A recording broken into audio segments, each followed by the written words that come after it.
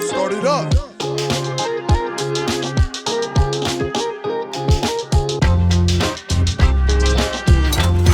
Welcome back to the MBH podcast, Money Buys Happiness. It's a beautiful, beautiful, beautiful Saturday afternoon. Beauty day. We got some fucking doobs in front of us, so I'm a little excited. Oh, we got the weed here. Haven't smoked in a month, so... What? Don't tell people that. Dean's gonna get scary, bro. It's scary for you. Everyone else is chilling. We got an amazing guest, though. Oh my God, just introduce yourself, bro. Introduce yourself. My name is Elias Theodorou. Pleasure to be here, guys. Yeah, happy man. to have you, aka the Spartan. AKA the main event. Yes. Of course. AKA the ring boy. Let's There we go. AKA many monikers. Get a little closer to that I mic. think- Get a little closer. A little to the mic. closer, right in Yeah, there. there you go. Hey, Weed Bay was one of them, right? Yes, trademark Obviously. included. Was it Obviously. Weed Day? Yeah. Yeah, a little bit of this, a little bit of I love that. it. I love it. I Let's love talk it. about first of all what you do, what you do for a living, and what you do for fun, and we're gonna get into it. We got a lot of questions. Yeah. Professional fighter, amateur dancer, and then the kind of blend in between. Sips don't lie. For real, eh? So I mean, here I'm reading here that you were the first granted for therapeutic use of cannabis in Canada as an athlete. Is that correct? Yeah, and we're recently actually the U.S. as well. Made Beautiful. precedent in British Columbia as the first sanctioned cannabis athlete, and then now Colorado approved my therapeutic use exemption. It's the first of its kind in the U.S., and it kind of actually skirted the federal ban of cannabis and kind of worked around through the states' rights. Okay. So it's the first time that cannabis has been considered medicine in professional sports. Wow. More broadly speaking, because both of them, BC and Colorado, because they were approved by the commission, and not, for instance, USADA or the CCS, which are anti-doping agencies. Yeah. But because they're actually through the commission, it's the first time that those government and governmental bodies actually recognize cannabis as a medicine in general. So it's actually another, component of medical cannabis rights, both in Canada here in BC, but also now Colorado as well. So you're at the you know, obviously it seems like you were at the you're fucking educated on it. So you're obviously at the forefront of that. What made you be like, I'm gonna take the step to fucking make sure this shit goes through? Like, I'm gonna make this happen. Yeah, well, I'm a fighter, both inside the cage. I've been fighting now professionally. In June will be 10 years. Crazy. I've had over 20 professional fights. I've had some of the best in the world, and even on my worst day, I'm still top 10 in the world. Let's go. Yeah, I've never been knocked out, but that's probably because I have a giant head. And, again, that whole stubborn thing of trying to win no matter what. Yeah. But the process itself started, I want to say 2015, when the UFC partnered with what's called USADA, the United States Anti-Doping Agency. Yeah. They're part of the broad term of the WADA, which is the World Anti-Doping Agency. And that was more kind of created, I think, in 1999, give or take. But it's a part of the Olympics more broadly speaking. And then the sub-locations and jurisdictions that follow in each country that kind of participates in both the Olympics or, worlds in any prospective sport. Okay. And there's a whole aspect of okayed substances and banned substances, and for the last and it's really in its entirety, cannabis has been considered a prohibited substance, kind of looked at the same as a steroid when it obviously is not. Yeah, for So sure. even going back, so you were pushing that through in 2015, right? Is that what you said? Yeah, so I for the longest time, I too kind of fell in the whole stigma and the aspect of I thought cannabis and athletics were mutually exclusive things. And then as an athlete and then eventually a patient, I actually watched my mentor, my coach, my really good friend, who was a medical patient for X amount of years. I was educated almost as like a passenger to his process of being a patient and athlete. And then it was when essentially we started to travel and he wasn't able to bring his medicine. I saw the detriments of first line medicines like opioids, painkillers, and any other SSRIs, and that's something I eventually had to deal with when my condition of what's called bilateral neuropathy. It's essentially nerve damage of the upper extremities. As you could imagine, everything I do kind of has some wear and tear in it. For sure. And in a previous life, I was like a semi-pro skateboarder. I used to jump off of really tall buildings before I was realized that I was terrified of heights. place that had its drawbacks. That's one way to find out. I was like, gravity, it's undefeated. Son of a bitch. But I broke my hand, 2 breaks, 4 fractures, and they took bone out of my hip and made me a new wrist. So that on a medical aspect is what is essentially the basis of the the report, if you will, or the paperwork that basically is the basis of my injury. Like I mentioned, 2 breaks, 4 fractured, had a bone graft, and then obviously within the wear and tear that I mentioned, boom, my elbows, I have some herniated discs, getting dumped on your head, it has its drawbacks. As mentioned, gravity's undefeated. Of course. And then just kind of the wear and tear, and also the condition that I have. Cannabis is, as prescribed by my doctor, the appropriate medicine for me. Wow. And that was kind of an uphill battle that I fought, outside of the cage, having my medicine recognized first in Canada, now in the U.S., and more broadly speaking, as I look to fight in different jurisdictions to fight for, my guaranteed right as a Canadian to medicate as prescribed by my doctor and afforded to me to my fundamental rights as a Canadian. So the cannabis, I guess, was kind of like a substitute for typical painkillers, opioids and stuff, which is pain important. Management, essentially, right? Yeah. So instead of, it's kind of a little backwards, but it's the process that I've been dealing with where you can crush a handful of perks before a fight and there would be no issue, but God forbid you smoked a joint a week ago. I know. That'd be in your system. And because of the aspect of the standard of testing, everybody and every body is different, right? But they test everyone with the same blanket test. So that's a 105-pound female fighter and a 265-pound male fighter, right? So I know certain cases where and again, because of the testing and the way it is, it's all kind of all over the place. Some jurisdictions it's 150 nanograms, other jurisdictions it's 100. Some of it is a complete ban, so there's no consistency between the commissions. And then there's been instances of athletes who will flag for cannabis and the other person will actually flag for actual steroids, and the person with steroids got less of a time just because of the outdated mindset. And then because of that, and again, depending on which jurisdiction that you go to, those are actually especially in the system that they kind of have, where it's like a point system. So if every time you fail something, the next time you fail, you get even more usually of a punishment, right? So cannabis, if you flag in one location, they'll double throw the book at you in the other place. Damn. So obviously, as with anything, I owe the success of today to the shoulders of the giants before me, and there are other people that definitely had their health and the health of their actual career sidelined because of their use of cannabis. And I had my own uphill battle in many different ways. It took 4 or 5 years to kind of get to where I am today, but as mentioned before, stubborn enough to kind of push forward to look for a win. Did legalization now in Canada, and it's slowly happening in the States more and more, did that kind of help, or? I'd definitely say so, because of the capacity of that outdated stigma. It's kind of getting knocked down more and more. My process was in 2015. The anniversary of legalization was until a couple years later, I think 2018.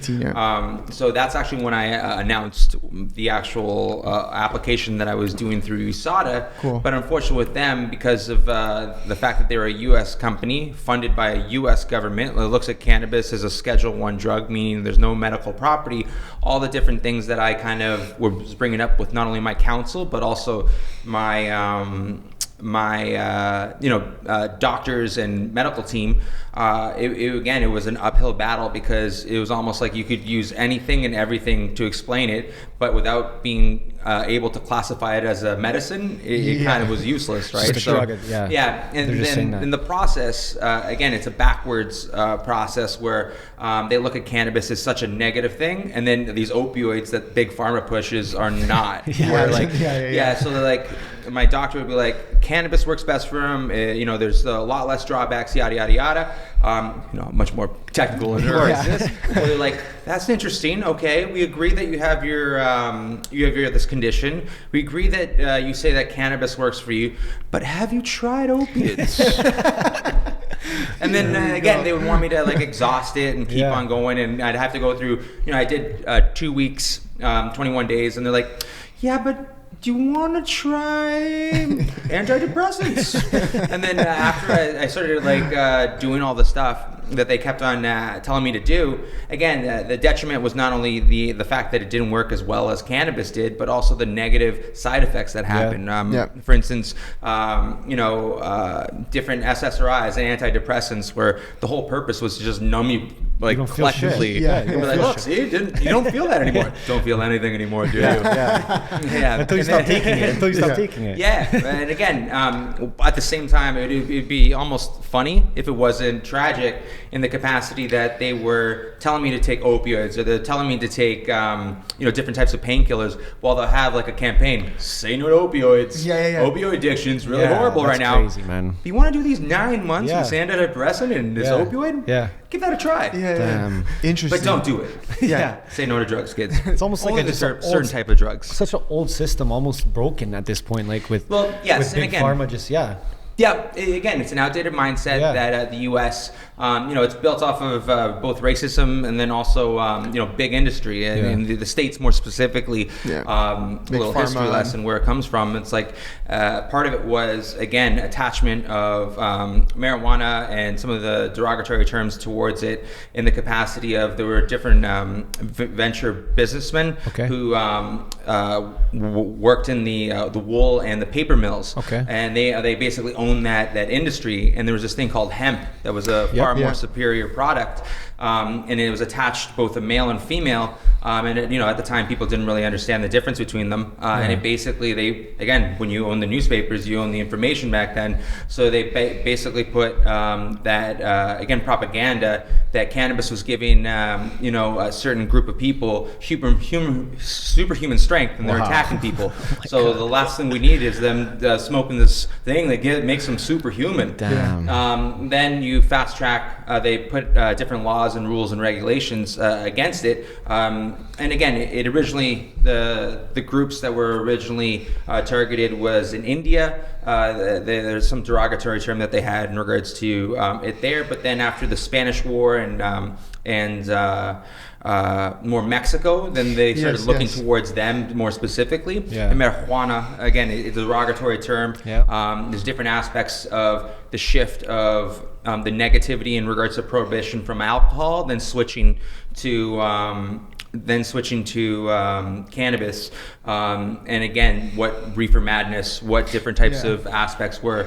You fast track then with the prison industrial industry, where there's only one exception still, even after the 13th Amendment of slavery, and that's jail time. Jail time, right? And especially the aspect in the U.S., more broadly speaking, they actually take away your right to vote. Then now, even after you do your term and your service towards it, then they start removing different rights. So then you don't have an actual say on the table moving forward. Then you fast track to Nixon and the war on drugs, where essentially what he was doing was he couldn't throw people in jail for protests in the Vietnam War, but there's a certain group of people, both hippies and different minorities, that were against it, more broadly speaking, and more in general because of, one, their stance towards the war itself, and then obviously conscription and the way the U.S. before, I think the Vietnam War, they didn't really have a chance or a choice whether or not you're going to war.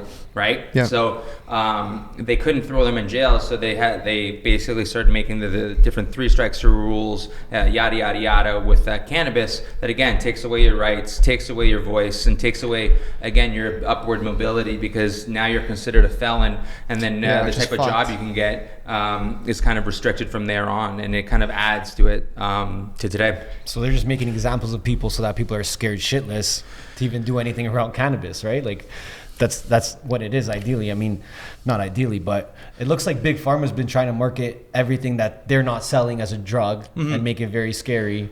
And I think in these past couple of years, I think people are starting to realize that just with what we've seen with cannabis, right? Just it being legalized here. You could go walk down the street and just buy some, right? Like, we never thought we'd get here, right? So do you think that's an issue with I guess the pharmaceuticals as a whole in the US?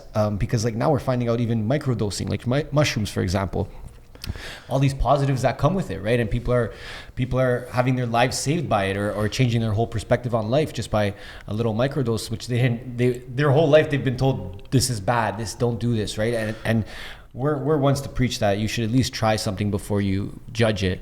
Again, not trying to promote drugs, but this is not a drug anymore.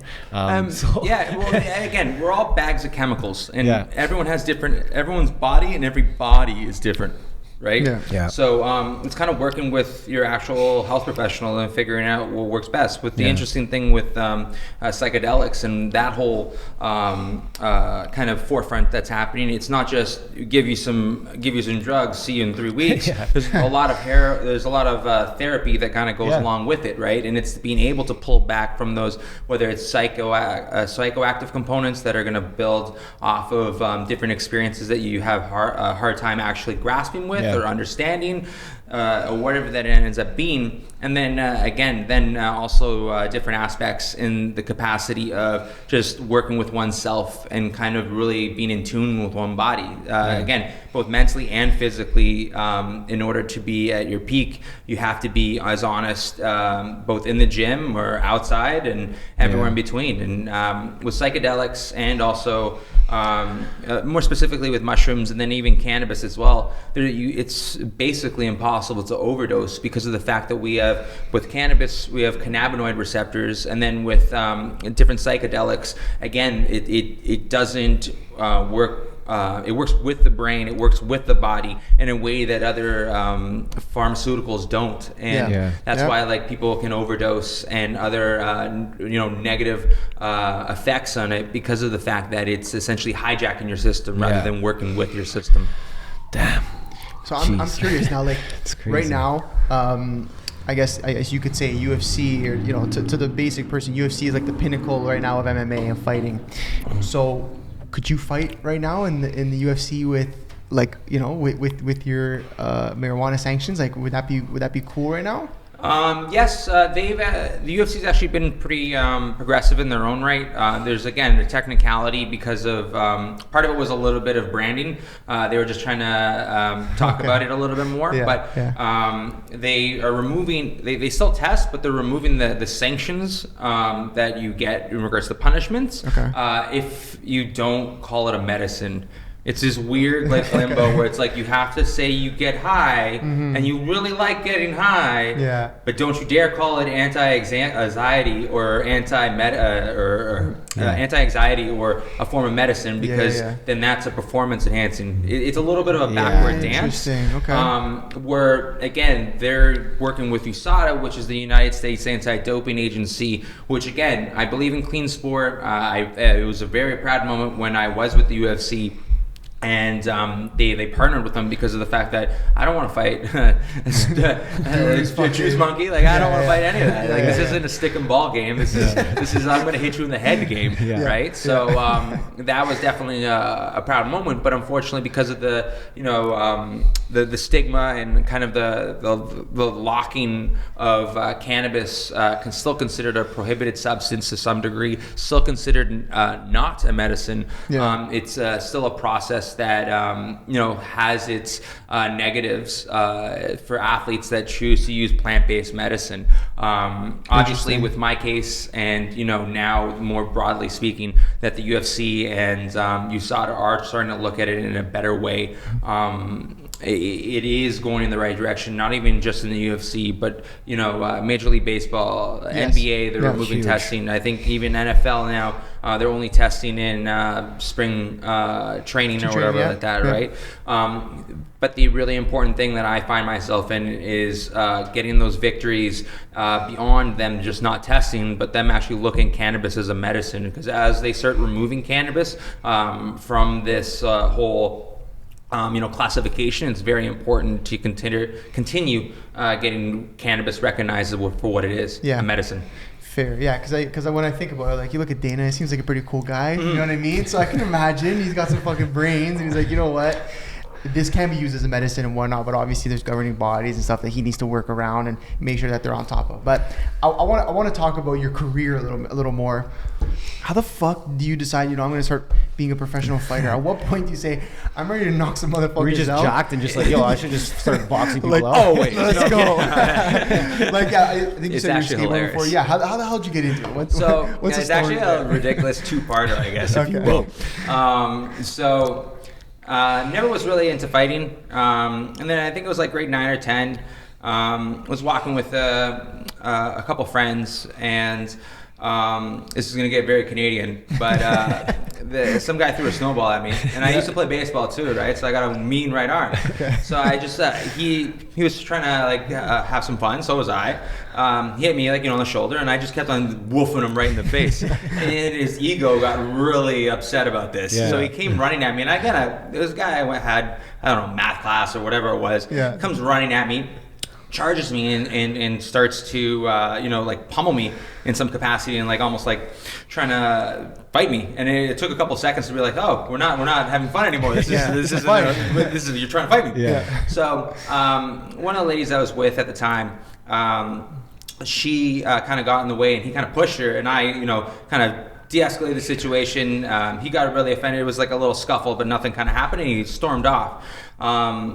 Lo and behold, the reason why he stormed off is he was waiting for a couple days later or whatever, or a week or whatever it was later, and basically he wanted to have a couple of his cousins, friends, families, uncles, whatever, I don't know, everyone there. Yeah. So I didn't realize this was the situation, because again, I just was trying to de-escalate and kind of put a stop to it, because he pushed her, I kind of a lot of the schools started showing up, and they wanted. There was anticipation that there's going to be a fight, right? It's So like a movie. things started coming. Main event. Exactly. So I kind of, again, the moment was over. He was in the wrong to begin with. I tried to walk away. As I'm walking away, his cousin, who's much larger, grabs me, sucker punches me, and throws me into him, right? And kind of into the crowd to kind of get things going.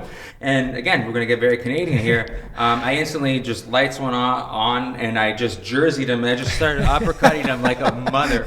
I just 15, 20, 30, I don't know how many shots, just filling him. He had nothing. Where he's wobbling on the way out. And then again, a couple of my friends, their older brothers were there, and then there was this big skirmish. The teachers come, they kind of squash it, and then that was a Friday. And a little side story, I actually walked on the way home, and there was actually a raid on a cannabis house. Just I don't know how these things, the universe. I don't know how, I swear, I walk with a couple friends, they can vouch for me. We're walking, and these cops all just busted into a thing. So the stars and they're aligning, the weed and fighting. I don't know, combat. It just felt right. So. Didn't think anything of it. It was a Friday. And then, just to date myself here, on Monday, turns out someone filmed it on their Razor, and then grainy film, just kind of tossed it around school. And then I started getting, some attention and some notoriety around school and elsewhere, that I can kick some ass. So, and then at that point, all right, we're getting attention. So then, I didn't necessarily start fights from there. I just finished them, and then to the point where every party, everyone kind of assumed, oh, he's got license to get in a fight. It's yeah, I am. And I'm gonna hit you, and I'm gonna win. So I was undefeated in my high school career. Nice, very nice. I thought I was, the shit. After my first year of university, I went to the local watering hole, just obliterated, and did what anyone does. Picked a fight, and turns out the guy was completely sober, and my choice of move right out of the gate was ill-advised. I did a flying knee, flying Superman punch off of the curb, slipped and fell. And what's it called? He kicked me in the face. I get up and I rip off my shirt, and I started chasing him shirtless. That freaked him out. So he jumps into a cab, and then that was that. And again, it was kind of filmed, unbeknownst to me. And the next day or whatever, I went to work. I worked at Foot Locker at the time, and I'm telling a bunch of guys that I work with what happened, or whatever, and how silly the whole situation was. And another coworker comes. We were the worst at work. We weren't even doing anything. What we were supposed to be. Somebody, a customer comes in. Hey, can I help you? Excuse me. I'm explaining what happened Friday. That was yesterday. Today's Saturday, and my friends need to know. Exactly. But So I'm kind of talking to him, and my friend comes and goes, Elias, are you all right? And I'm like, yeah, why? He wasn't there. And he goes, and this is, again, I'm going to date myself. And he goes, it's on YouTube. Wow. I'm like, what the hell's YouTube? So it goes viral, right? Naturally. It's like some like subset of like friggin' World Star of sort of some sort. Some compilations. Yeah, exactly. Some kind of like viral component. It's getting all like the greatest hits. It was called Boot to Face. Just Nice. my first loss. Yeah. Like, Boot to face. like the biggest win I ever had previous to that. It was seen by like, I don't know, a couple hundred people. Yeah. And then you're like, a couple 100,000 people, and it gets getting picked up. And I'm just like, oh my God, I'm mortified. My first loss. It's defeat. Yeah. That's crazy. So I was like, it was my identity, right? And I kind of like confided in my father, just destroyed. And he goes, well, you love that UFC stuff so much. Why don't you go to the gym and make sure it never happens again? It's like, you know what? By golly, I will. And I showed up and I just never left. Originally, I was going to learn. I tried to like go there and learn some things to fight this guy. And then I centered myself and basically was like, why am I doing this for free? Like a sucker. Yeah. And, I mean, you're out there giving Superman punches out. yeah, exactly. Off the curb. Bro, if I'm at Jesus a bar and I see a guy giving out Superman punches off the curb, I'm fucking out, bro. Or you see him miss and fall. Yeah, and fair. so 10 feet away. rips off his shirt. Yeah, he's just ripping off his shirt. It's like, come on, guy. What are we doing here? Jeez, man. So, again, That'll learning get you around started. moment. Yeah, Like, that'll it was a heritage moment, I guess. So you go to the gym, you're like, all right, cool, whatever. You're fighting, you're learning how to fight and whatnot. Where does it go from there? You're like, okay, I'm You gonna get a call or something just saying I saw the video? What's, or like, what's the moment? Get the call. Yeah, well, even before that, at that time, around like 2010, give or take, when I was kind of getting into it, actually it would probably be more like 2009 I started, or training or whatever it ends up being, because I graduated university 2010. But point being, it was illegal at that time, just because of the classification. Boxing was the only way to actually make money. And basically elbows, knees, kicks were considered fouls, so you couldn't win by foul. So there was a technicality that the government at the time, naturally, it's all about money and taxes. They waited out until, instead of the 6% that the government gets, they wanted their 12%. Exactly. Yeah. So that's what they waited for. Yeah. But during that whole process, there were other, fighters that were, that kind of paid their dues and have been in the game way longer than I had. So they were kind of getting through their, once it became legal, and they had that big one at the Sky Dome, which will forever be called Sky Dome to me. Point being, so then the floodgates kind of happened, and all the local fighters were fighting there, and I just got on like the interwebs and essentially was just going on chats and like, hey, there's a promotion out in here, there's a promotion out there, I'll fight you. All right, in New Jersey, like, all right, cool, go to New Jersey. What? Calgary? Let's do this. Wow. And I was supposed to be eventually someone from Calgary, promotion Hard Knocks. I was very much supposed to be the stepping stone for the local hero. And oh my God, I don't know how to turn this thing off. It's so good. It's idiot proof. But point being, I went to Calgary to fight the local hero, and I didn't really know much about wrestling still at this time. I was still very green, and I was very much a striker at that point, so I started hitting him a lot, and he didn't want any of that. So he took me down. He kind of suplexed me a couple of times. I knew a lot about jiu-jitsu at that point. My coach at the time, good at striking, good at jiu-jitsu. The kind of deficit that we had at the gym was wrestling. So I was able to sweep him and just beat the living crap out of him when I was on top. Well, there's like a video of it where it's like it's the point of view of his family. And at first, like, cause again, it's kind of even, and then I hit him a couple times, and like, oh, he doesn't like that. And it's like his mom and his like cousin and like brother. They're like, oh no, Tanner, no! And then just his mom is screaming and crying to the point of like, he's done. Like just like stop hitting him. Yeah, it's like stop hitting him. He's already dead. But so like eventually got waived. I broke his collarbone, and I believe his jaw or nose or something like that as well. That's what happens. It's just another day at the office, right? So there was that. So then that really upset. I'm just going to shut this off because it's annoying me. No worries. Point being, I eventually Fought a couple more times there. The next guy split him open, about like 30 stitches, Nice. give or take. Nice. Okay. And the fight after that, I broke the guy's orbital bone. Damn. So It's a tough pretty one to early. break, yeah. Pretty early, I realized, maybe this is what I'm supposed to do. Yeah. So kind of worked out in that Dope. capacity. I eventually went undefeated to about 10 or 11 and 0.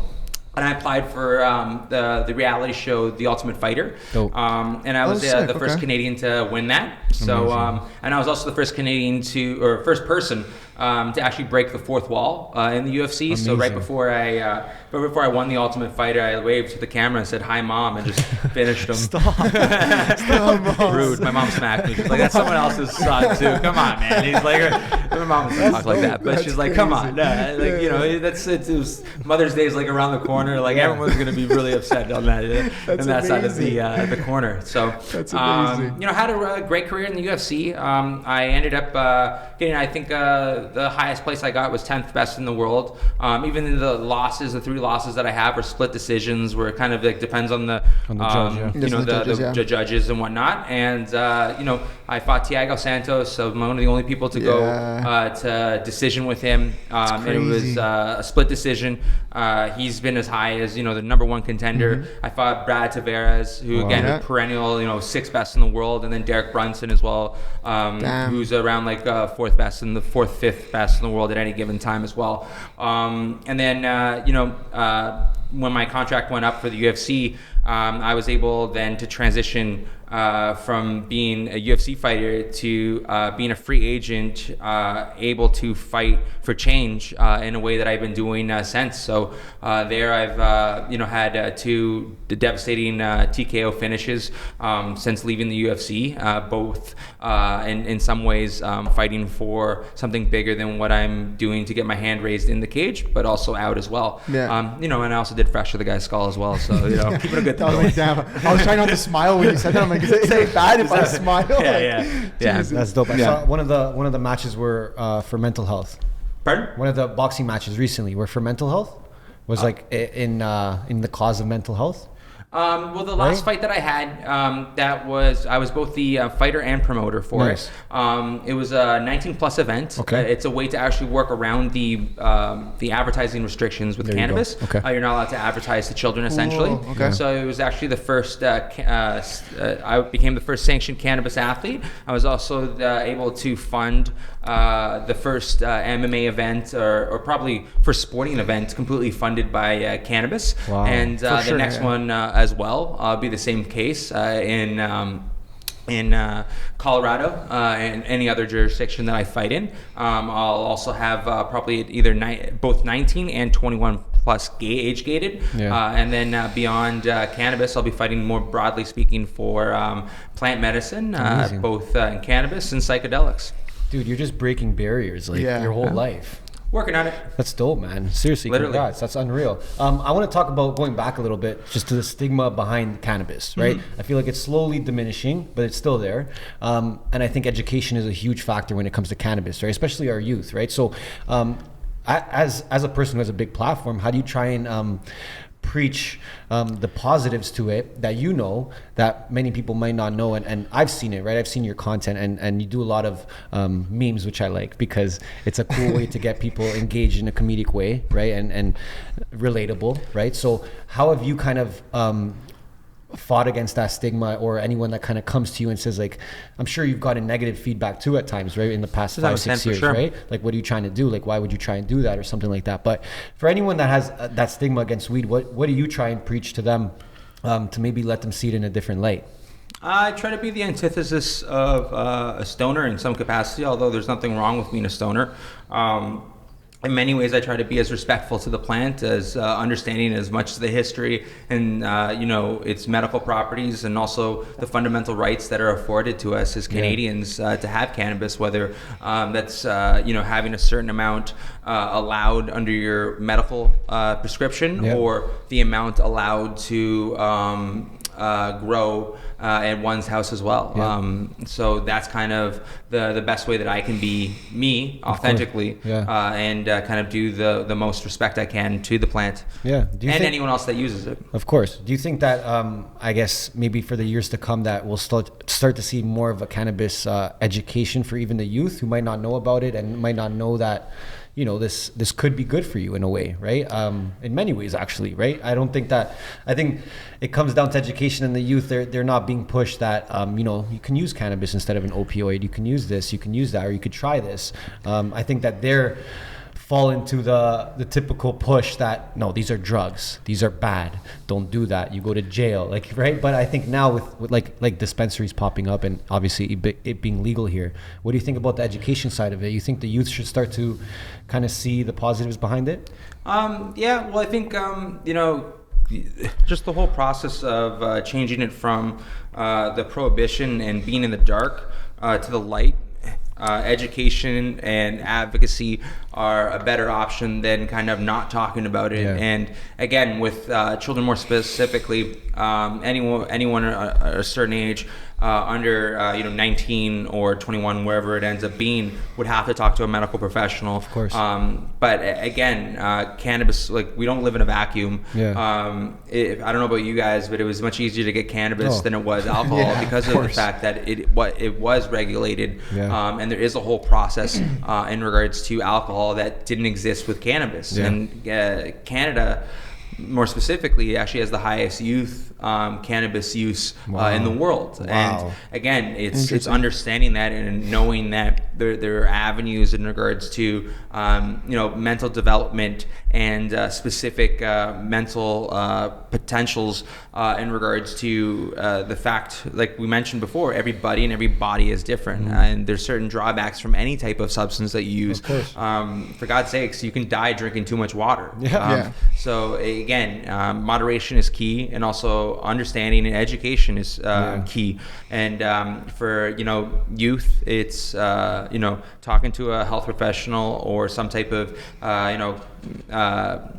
professional in general that can, or even a family member that again can talk to you about cannabis and both the positives and negatives as anything else has. And then it's kind of looking at it under the guidelines that we do have, where 19 plus is kind of where cannabis use is allowed. I think in certain jurisdictions it's 18 years of age. It's usually kind of in line with whatever smoking is, more specifically. So again, it's just kind of pulling it out of the darkness of prohibition and into the light of education and advocacy. But do you feel that, you mentioned a lot about talking to like health professionals. Do you believe that like everyday health professionals, let's say just like your regular family doctor, like do you think they know enough about it? Like, do you think that they've done enough research on cannabis to the point where they can properly say, hey, you know what, this would be good for use for you because of this and that? I think it really is depending on what doctor you have.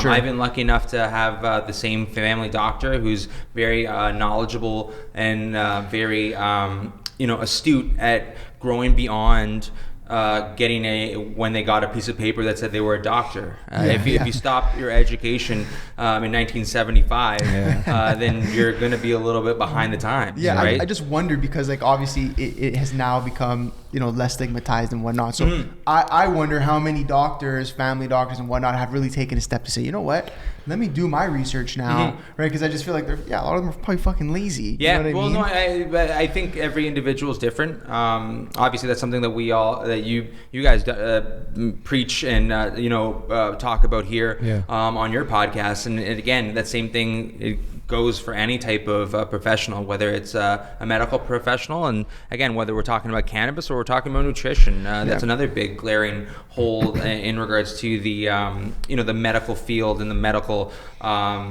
system, more broadly speaking. And for more historically speaking, I don't know, like again, like when we were all a certain age, I remember the food pyramid, it was all wrong. It was oh my god, completely different. 1,000 calories of carbs. Now that you bring that up, some that's hilarious. meatballs and whatever. Like, you know what I mean? Like, it was backwards. And then sprinkle, again, with the weed base, sprinkle a little bit of lettuce on that or something.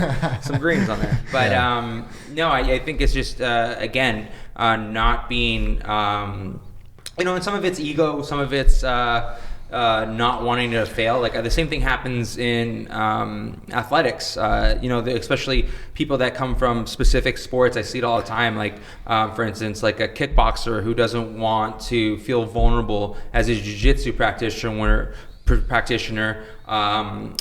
they're trying to transition into MMA, then the inability to feel vulnerable again, the inability going from a black belt in whatever your profession is to a white belt again, it will hinder your overall growth if you're not you're not open to opening your mind, right? And that kind of like translates to whatever profession it is, whether it's you trying to be the best mixed martial artist or you trying to be the best health practitioner.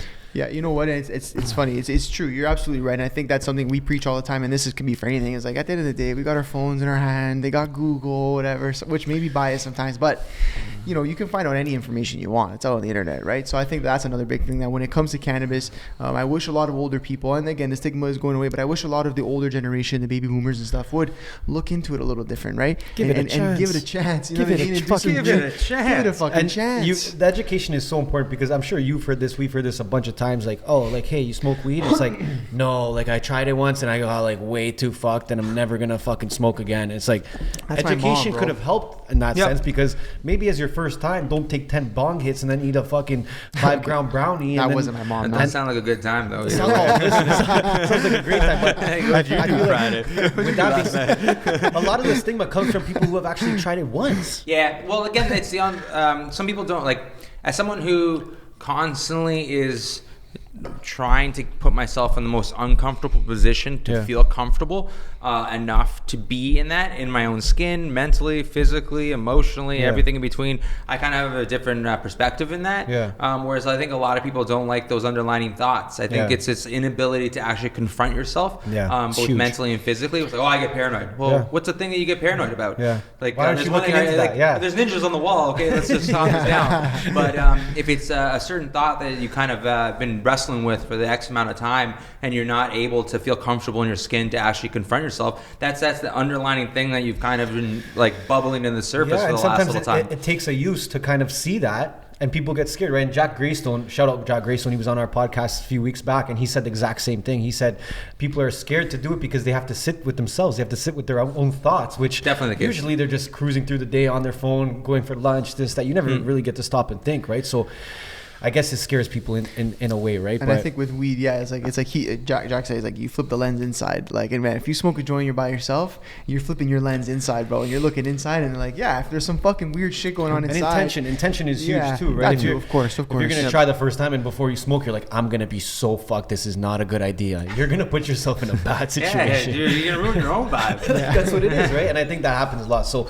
I'd love to see more of an education factor come into society as we continue to accept cannabis and any other kind of recreational drugs. I don't like to call them drugs, but and it also comes in the process of, like, again, we were the first G7 country to legalize it, and it wasn't even just about legalize it in our own country. It's also the different relationships that we have with different even just like the aspect of the essentially the UN. Like, there were so many international treaties where we recognized cannabis as a drug for this long time, where they had to untangle that, right? Like, it's a process, and it's been a process. And I think as with many different things that we've kind of been progressive in the fact of, for instance, like marriage equality, we've had it for like 17 years, and just about like that, and also cannabis. One of the big fears was, as soon as that happens, like, there's going to be anarchy in the streets. There has not been anarchy in the streets. More chilled than ever, right? Exactly, right now, more specifically. But I think again, it's the concept of the unknown, whether it's alone with your own thoughts or just in general of society and the unknown of different aspects. And I think usually the loudest people are usually the ones that probably need it the most. I look at some people sometimes like, yo, you just need a joint. You just need a fucking one joint. good trip. Just go to the moon, buddy, and come back. And you're like, well, man, why am I so mad? I know. And again, sorry, No worries. I interrupted myself and you. But I think it is, the case where like even without cannabis, even without any types of substance, there are people that are just not comfortable in their own skin, and we talked about that. Yeah, I think you've done a great job just trying to kind of being at the forefront of this, pushing this, right? I think that you with your platform and you with your experience and obviously with the connections that you probably have a bunch in that industry as well, you're putting yourself in a position to kind of push this, and I got mad respect for that, man. I think that's super dope. But my question is, what's next for you? Validating my fight in Colorado to get cannabis recognized in the U.S. there, both as a fighter and most likely the promoter as well. Nice. And then from there, talk to the other different types of promotions that are out there. Nice. Winning is the great equalizer. Everyone loves a winner, so I'm just going to keep doing that. Yeah. And, unfortunately, to whatever result happens to my opponent. Half kidding. Half kidding. I don't want them hurt. But although, unfortunately, they must die for my dreams to live. I'm curious. It's totally off topic. What's the walkout song? What's your track? What's the go-to track? Yeah, well, it's changed over time. Originally, the first couple fights, I walked out to Rage Against the Machine, and I kept on winning. So like I was a little bit of superstition, where it's like I come out to Rage Against the Machine, and then I ended up fighting in Ohio, where they had like the official NAFS CD. We had to pick like 3 songs, any of these songs that they had, because they were going to sell it afterwards, like as a CD, some lame ass CD. There you go. So a little head-eye game. I picked this because it showed you who kind of like picked theirs already. Yeah. So the guy was a hometown hero, so he had his own song. Like he had like whatever rap team group, whatever, sang him like this thing where it was like he came out all badass to it. But so I picked it. So I walked out to it first, and you could see him in the background like, my song. Why is it coming on my song? And I'm just walking out like just blaring to the crowd like I own this song. Yeah. It was a very simple song, so I started like singing to it, like at least the hook. I knew I could right off the bat I could get the hook, because like you could listen to it beforehand, right? Oh, you got it in his head right away. Right away. And he's just like, that's my song. That's my song. So I picked him up and slammed him so I broke his sternum, and he couldn't get up for the 3rd round. Damn. It's always ending in these people just like losing ability in some part of their body or function. Can't move. That's how it's gonna end, man. But hey, gravity's undefeated. That's true. I got some questions actually from. I put up a story this morning. You saw it. Yep. I got some questions for some people, so I want to ask you them. I think they're pretty interesting. One person asked, "Do you train high?" Pardon? Do you train high? Like when you're training? Well, not gonna say no, but what's it called? If you're technically always medicating with cannabis, you want to call your lawyer? Level. And you're always I training. call a friend. Okay, you're always training. You're always on the medicine. So exactly. We'll do the math. The threshold is essentially kind of like we mentioned, where it's like 150 nanograms. At any given point, I have like 1,000 nanograms in me. Okay. So you're not necessarily smoking it and going right to train. No. But technically, it could be from a couple hours so like ago. I can even explain my whole process of medicating. So again, cannabis is both a medicine and medicinal. So in many ways, I'm actually, kind of feeling how my body feels when I wake up in the morning, and depending on how my symptoms are feeling, I use different forms of cannabis, whether it's different types of cannabis rubs with THC. I also, beyond even THC. There's also THCA, which is raw cannabis. I actually just essentially use raw cannabis in my juice and juicing. What is that, powder? Protein. Yeah, so there's anti-inflammatory properties, and similar to like other types of vegetables and stuff like that, you lose minerals when you heat it. Okay. So cannabis starts as THCA. Okay. And then when you add heat to it, it transforms into THC. So when you actually use cannabis with like butter and oil, when you make edibles, you actually are heating it to go from THCA to THC, and then it coagulates back down to THC. So being able to do that, that's why it lasts longer, because it's actually much more psychoactive when you do that, right? Okay. So when you don't add the heat and it's just THC, there's no psychoactive component. So in many ways, it's like it's like a super kale, if you will, right? And I throw it in my my smoothies, my protein shakes, Nice. and I get as much anti-inflammatory properties from it. I also do tinctures. I tend to do both a 1-to-1 and also a 1 THC. And then again, they kind of dictated based on my body, and I'll go train. And then, this is where the kind of blending in, am I using cannabis, I'll doing some stretching, some mindfulness, and there I'll definitely use cannabis. And I'll be getting more in tune to my body before I train. I'll then go train, and then depending how I feel, I'll medicate again. I could get massage, nap saves lives. Yeah. So between the next session, I sometimes try and take a nap in between my next session, and then from there again medicate before or after in some capacity. And then what I do is a lot of the cannabis that I medicate with during the day, I do more upbeat cannabis in the capacity of like a sativa and whatnot. So that gives me both energy throughout the day, and then I'll switch more into the indica and the more pain management heavy in the evening. Nice. And then cannabis, it's a little interesting thing to kind of recognize, and it also works for other aspects, but I switch more heavy CBD towards the end of the evening, and that because THC actually makes you forget your dreams, and I'm a very vivid dreamer, so I love dreaming every single night. So I superdose on CBD flower, and then also drops, and that actually will mitigate the THC, and I'll remember my dreams every night. Wow. So the same thing actually happens with your high as well. So if you're ever quote unquote too high or a little paranoid, adding CBD will actually come down that feeling of high and anxiety. That's like a calculated process, dude. That's very good. I mean, like anyone listening, they maybe thought like you're just smoking a joint right before the fight and you get on and you're just but that's I vape like a professional. 100%. No, but I'm saying there's a process behind it, right? And you're very calculated with how you're taking it, right? I think that's important. Again, that's how I respect the plant and try to educate as much as possible. It's when I do have these conversations, it's going in depth and kind of going and expanding beyond the aspect of just getting quote unquote high, and it's also understanding what I put into myself. But that's part of my job, both as an athlete, both as a patient, and everything in between. So again, I try to be as mindful and as educated as possible with what I'm putting in my body, and help educate and advocate for the plant and of the plant in the way that I do.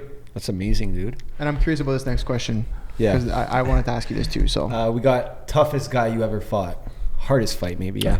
Toughest fight would probably be Thiago Santos. He hits like a Mack truck, and like up until that point, I was like, he either knocks you out or gets knocked out trying. I mean, he's just a savage, right? He had like 3 head kick knockouts. Like, he kicked me in the body so much. I was pissing blood after the fight. Like, that's how intense it was, right? But that was one of the fights where again I realized that like I was built for this, because there was no quitting me. And again, 100%. It really just depended. I'm not gonna blame it on my hair, although some of it did come out, and every time you would hit me on the side, my hair would be shaking, so it looked like he hit me way harder and way more than I did. Although, like I said, I was peeing blood. So he definitely did some damage. So that one I think was the hardest one. Definitely. Dope. And I'm just always curious, when I'm seeing these guys walk out. I watch a lot of UFC, see these guys walk out, whatever, and they're in the ring, they're fucking staring at each other. Like, what's going on in your head? Like, it might be different for everybody, but like when you're there face to face, being like, okay, we're about to go at it, like this is it. Like, what the fuck's going on in your head? Like, what do you? There's 2 different things. Like when I'm weighing, it's just kind of like it's almost like pageantry and pomp and stance. Yeah. So like I kind of like try to break people like their toughness in the way that I do it. So like I've been in face-offs where we're like so serious, and I go, boop. And then he's just like, what? Like, he's trying to be so just serious. thrown off. He's like, we were like, I was in a fight once, and we're all like, he's like shaking, he's so mad. I go, meow. He's just like, what? This other guy, I was getting ready to fight, and it was this point where I was with my coaches, and then my coaches left, and I was kind of like, for instance, because we're in a fighter hotel, right? So early on in fight week, I saw him with his whole team, and I kind of realized that either I'm going to show no fear, I'm going to stay where I am, and I'm just going to just kill him with kindness, and he's just going to get weirded out by this. So I found like different things. I found it was his birthday, so like I see him like we're in the pool, I'm in a jacuzzi all by myself. He has like 15 dudes with him, and they're all like standing. And I'm like, I'm talking to them. They're all from he was from Brazil, right? So I've been to Brazil a couple of times, so I'm telling him all the different places. Like, hey guys, like, where you from? Where you from in Brazil? Blah blah blah. To the point where like he's like, I'm becoming friends with all of his friends, and then he's just like standing there, just so mad. Where he had to leave. Where I'm like by myself with 15 with his dudes. boys. Yeah. It's like, come on guys, let's have some fun. And then I would later see him in the hallway talking to like a mutual friend, and I'd be like, yo, mutual friend, what's up? Hey, how's it going? And then I overheard, oh, it's your birthday on Wednesday? That's amazing. We're gonna that's amazing. We're gonna have a drink. We're gonna have a drink afterwards. Yeah, whatever, birthday. So Wayne's comes. Yeah. And we're about to face off, and I pause. I go, 1 second, and I go in the back. I come out with a birthday cake, No. and it said, "Happy birthday, health, happiness, but sorry for the L." And he refused. And he refused to take the cake, and I'm just like, so I beat him, and then I ate the cake. 100%. I think that whole process that you were doing fucked with him for sure. For sure. Well, after I try to give him the cake, he's like, I'm not here to be your friend. Yeah. I'm here to kick your ass or whatever like that. And he storms off, and he saw a mutual friend. He goes, well, what's wrong with your friend? He's like, why is he trying to be my friend? He goes, oh, that's just Elias or whatever. And he goes, tell your friend I'm not here to be his friend. I'm here to break his face. Yeah. And he leaves. Ironically, he punched me in the head and he broke his hand. So he didn't break my face. My face broke him. It's a good karma. That's some good karma coming at your It's way. like there's a 6% Neanderthal there at least. 100%. So It's also like, that's like, I feel like it's the most Canadian thing. Just to be like the nice guy. Be like, hey, we're about to scrap. What's going on? Here's a birthday cake. yeah, exactly. Yeah. That's amazing. I love that. I love That's that. funny.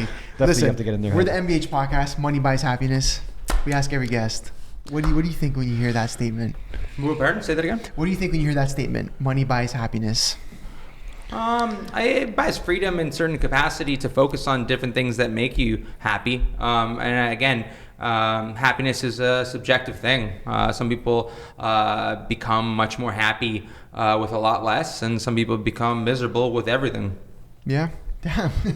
just fucking just spit the facts here. spit it quick, bro. I cannot lie. No, it's true. Yeah, we talk about it. The general consensus is that it's a tool for freedom, which can lead to happiness for a lot of people. Yeah. For some, not all though. Yeah. Yeah, For some, not I all. think time is happiness, and money very much buys you time in some capacity to focus on things that, again, you want, whether that's family, whether that's friends, whether that's everything in between, or whether it's a skill, a goal, and whatnot. So I think money definitely buys the opportunity to focus on what you want to do with your time, and time is priceless. Damn. Well, that's Facts. fine. Well, you gotta invite us to your next fight if it's around the block or something like that. We gotta come out and check we're you. in. I gotta see the I gotta super. see you break I someone's gotta see the face, bro. Superman. Yeah. punch. I gotta see the It's another Superman day at punch. the office. We gotta see you. We appreciate you coming though, man. The pleasure's all mine. It's been a good chat. Listen, we're Yeah. about to smoke some weed with the Weed Bay. That's him, by the way. Yeah. If no one Yeah, we knew. definitely But got the sativa up here. Yeah. We're gonna have a good time. Everyone enjoy the episode. Lots of gems. Lots of gems. ton We're of gonna have time. you back though. Maybe soon, man, because it's a great I chat, guess, bro. Closer to my fight, when I actually Let's have do something that. set, and when you can ask me who am I fighting, and I'll say it doesn't matter who I'm fighting. Does it It's a dead fucking man. matter? No? It's a dead man. It doesn't matter what his name is. All right. Okay, Dini. Awesome, man. Dean? We are motherfucking out. All right, we out.